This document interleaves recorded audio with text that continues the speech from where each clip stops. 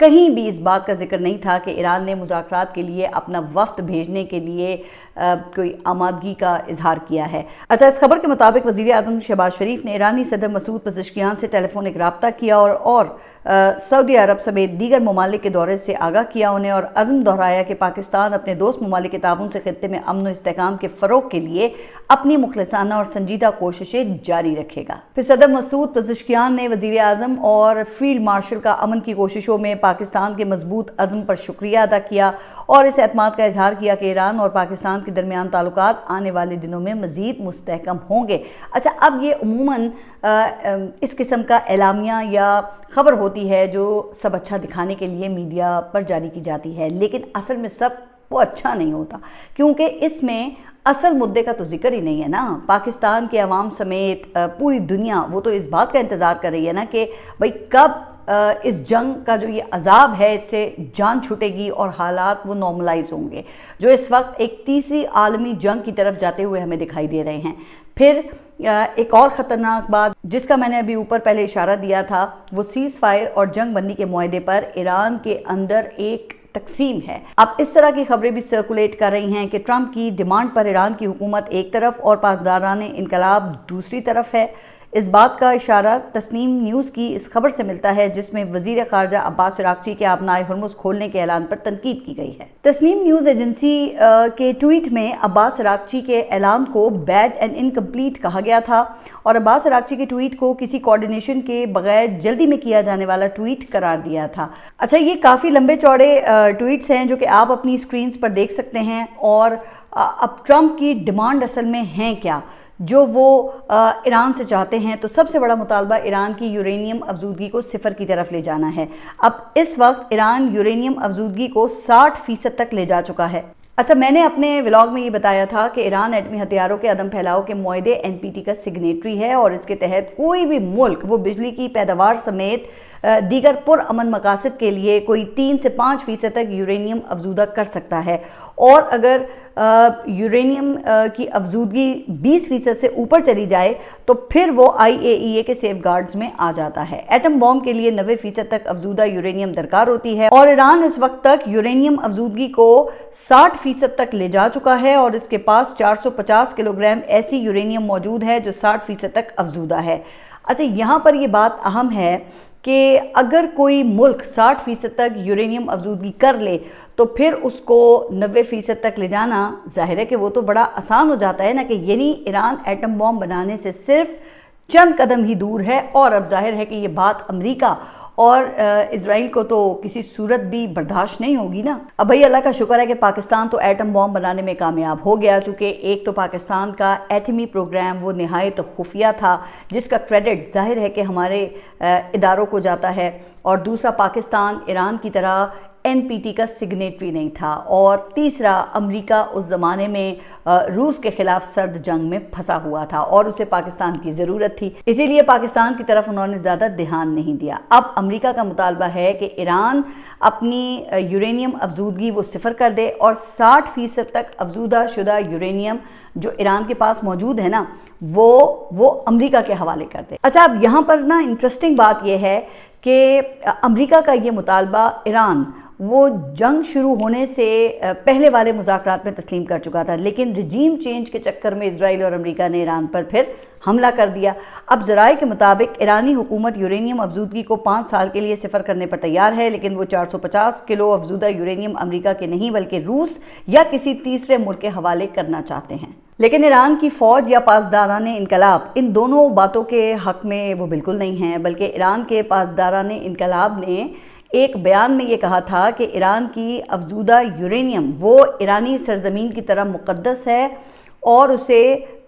کسی بھی ملک کے حوالے نہیں کیا جائے گا۔ اچھا، اب ٹرمپ کا دوسرا مطالبہ وہ آبنائے ہرمز کو مکمل کھولنا ہے اور وہاں جنگ سے پہلے کی طرح فریڈم آف نیویگیشن، یعنی کہ بغیر ٹول یا فیس کے تمام بحری جہازوں کے گزرنے کی آزادی ہے۔ اب لیبنان کے ساتھ جنگ بندی کی صورت میں ایرانی حکومت نے ٹرمپ کا یہ مطالبہ یہ تسلیم کر لیا تھا، لیکن ایران کے پاسداران انقلاب وہ آبنائے ہرمز کو جنگ سے پہلے کی صورتحال پر لے جانے میں بالکل راضی نہیں ہیں، کیونکہ کہا یہ جاتا ہے کہ یہاں پر وہ ایک طرح سے جسٹیفائیڈ بھی ہیں، اور بتایا جاتا ہے کہ پاسداران انقلاب نے بہت قربانیاں اور جانیں دے کر آبنائے ہرمز پر یہ کنٹرول حاصل کیا ہے، اور اس جنگ میں ایران کی ٹاپ سول اور فوجی دونوں قیادت نے جانوں کی قربانیاں دی ہیں۔ لیکن یہ جنگ بہرحال میدان میں تو پاسداران انقلاب نہیں لڑی ہے، اس لیے جنگ بندی کے لیے مذاکرات میں پھر انہی کا پلڑا بھاری دکھائی دیتا ہے۔ تو اب آپ یہ سمجھ چکے ہوں گے یا آپ کو سمجھ میں آ چکا ہوگا کہ فیلڈ مارشل عاصم منیر وہ اچانک ہنگامی دورے پر ایران کیوں گئے تھے، اور پھر وہاں پر انہوں نے خصوصی طور پہ پاسداران انقلاب کی قیادت سے ملاقاتیں کیوں کی تھیں۔ ان کا مقصد پاسداران انقلاب تک امریکہ کا پیغام پہنچانا تھا نا، لیکن یہاں پر پھر ٹرمپ کی ضد نے آبنائے ہرمز پر سیز فائر کو ناکام بنا دیا، کیونکہ امریکہ نے ایران سے تو آبنائے ہرمز کھلوا لیا، سب نہیں دیکھا، لیکن خود آبنائے ہرمز سے 100 کلومیٹر دور سمندر میں ناکہ بندی جاری رکھی ہوئی تھی۔ اور امریکی صدر ٹرمپ کے مطابق ایران کے ایک بحری جہاز کو بھی امریکی نیوی نے اپنے قبضے میں لے لیا ہے۔ اب آپ سوچئے نا کہ ان حالات میں مذاکرات پھر وہ کیسے ہو سکتے ہیں، اور اگر شروع ہو بھی جائیں تو پھر ظاہر ہے کہ سوال ہے کامیاب کیسے ہو سکتے ہیں۔ اب اس پوری صورتحال میں اسلام آباد اور راول پنڈی کی انتظامیہ کی نااہلی بھی سامنے آ گئی ہے۔ اس میں شک نہیں ہے کہ ظاہر ہے کہ یہ پاکستان کے لیے بہت بڑا ایونٹ ہے، اور پورے پاکستان کو اس پر فخر ہے، اور پورا پاکستان ان مذاکرات کی کامیابی کے لیے دعا گو بھی ہے۔ اب دیکھیں نا، مجھ سمیت پاکستانی قوم ان مذاکرات کے لیے حکومت سے فلی کوآپریٹ بھی کر رہی ہے، اور اگر تھوڑی بہت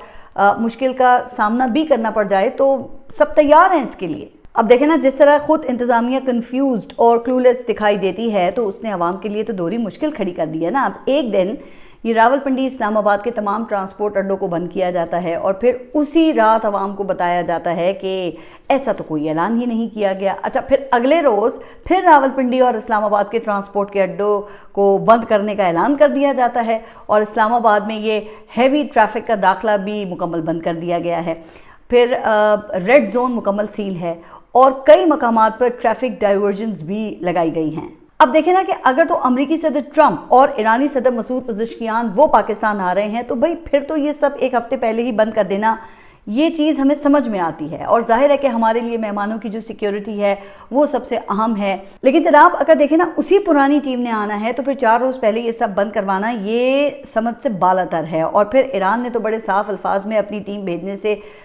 انکار کر دیا ہے نا۔ ابھی تک تو یہی صورتحال ہے، لیکن بہرحال سیکیورٹی ادارے وہ ان معاملات کو بہتر سمجھ سکتے ہیں، لیکن میرا کام چونکہ عوام کی آواز بننا ہے، لہٰذا سب کہنا بھی یہ ضروری ہے۔ تو اب دیکھتے ہیں بہرحال کہ آگے ہوتا کیا ہے۔ اچھا، اب کچھ خبریں وہ داخلی سیاست سے بھی ذرا ڈسکس کرتے ہیں۔ اور کل پاکستان تحریک انصاف نے مردان میں ایک بہت بڑا اور متاثر کن شو کیا۔ اگرچہ حکومت کے حامی سوشل میڈیا اکاؤنٹس وہ سرکاری وسائل کے استعمال اور مردان کی خراب حالت کی ویڈیوز وہ دکھاتے رہے، لیکن کہا یہ جا رہا ہے کہ کل کے شو سے ثابت ہو گیا کہ پاکستان تحریک انصاف ابھی بھی ایک مقبول ترین جماعت ہے، اور اس جلسے سے وزیر اعلیٰ خیبر پختونخوا سہیل آفریدی نے بھی خطاب کیا۔ اب آپ خود اندازہ لگا لینا کہ اگر خطاب کرنے والا عمران خان ہوتا تو جلسے کا پھر کیا عالم ہوتا۔ اچھا، یہ بات تو واضح ہو چکی ہے نا کہ حکومت عمران خان کی سیاست ختم ہونے کے جتنے مرضی نعرے لگا لے، یا اپنی خارجہ پالیسی کی کامیابیاں، جو کہ ظاہر ہے کہ اصل میں ریاست کی کامیابیاں ہیں، وہ دکھا کر عوام کا دل جیتنے کی کوشش کر لے، لیکن حقیقت یہی ہے کہ 1000 دنوں سے جیل میں ہونے کے باوجود ابھی تک عمران خان کا جادو عوام کے دلوں سے ختم نہیں ہو سکا ہے۔ اب کل عمران خان سے ملاقاتوں کا دن ہے، اور میں اپنے ایک ولاگ میں اسٹیبلشمنٹ اور عمران خان کے درمیان رابطوں کی بحالی کی خبر دے چکی تھی۔ اچھا، ویسے اب پاکستانی میڈیا کے اوپر یہ خبر بھی چل چکی ہے کہ عمران خان کی فیملی نے حکومت کو یہ یقین دہانی کروا دی ہے کہ عمران خان سے ملاقات کی صورت میں وہ میڈیا سے کسی قسم کی سیاسی گفتگو نہیں کریں گے، اور عمران خان کے ایکس اکاؤنٹ سے بھی ماضی کی طرح ذہنی مریض جیسا کوئی سخت قسم کا ٹویٹ نہیں آئے گا۔ اب اس خبر کی تصدیق تو نہیں ہو سکی ہے، لیکن اگر کل یا پھر جمعرات کو عمران خان کی فیملی کو عمران خان سے ملنے کی اجازت مل جاتی ہے تو پھر اس کا مطلب یہ ہوگا کہ اس حوالے سے معاملات طے ہو گئے ہیں یا ہو رہے ہیں، اور اب عمران خان کی رہائی کے حوالے سے بات چیت جاری ہے۔ لیکن اگر کل اور جمعرات کو عمران خان کو اپنی فیملی سے ملاقات کی اجازت نہیں ملتی ہے، تو پھر اس کا ایک مطلب یہ بھی ہو سکتا ہے کہ اسلام آباد میں جاری مذاکرات کے سیکیورٹی اقدامات کی وجہ سے اس ہفتے عمران خان کو ملاقات کی اجازت نہیں دی گئی ہے، اور اگلے ہفتے ان کو ملاقات کی اجازت دی جا سکتی ہے۔ اچھا، دوسرا مطلب پھر اس کا یہ ہو سکتا ہے کہ ابھی تک بات چیت اس نتیجے پر نہیں پہنچی ہے جہاں دونوں اطراف کا ایک دوسرے پر جو کانفیڈنس ہے یا کہہ لیں اعتماد بحال ہو گیا ہے، پھر امکان یہ ہے کہ اس میں کچھ وقت لگے گا۔ اچھا، کل عمران خان کی القادر ٹرسٹ کیس میں 14 سال سزا کے خلاف اسلام آباد ہائی کورٹ میں اپیل کی سماعت بھی ہے۔ اگر انہی دنوں میں اسلام آباد میں مذاکرات ہوئے تو پھر یقیناً اسلام آباد میں عام تعطیل کے ساتھ اسلام آباد ہائی کورٹ بھی بند ہوگی اور یہ سماعت وہ پھر نہیں ہو سکے گی۔ تو خیر دعا ہے کہ اللہ تعالیٰ پاکستان اور اس خطے کے حق میں سب اچھا کرے۔ آپ سب اپنا خیال رکھیے اور اگلے ولاگ تک کے لیے اللہ حافظ۔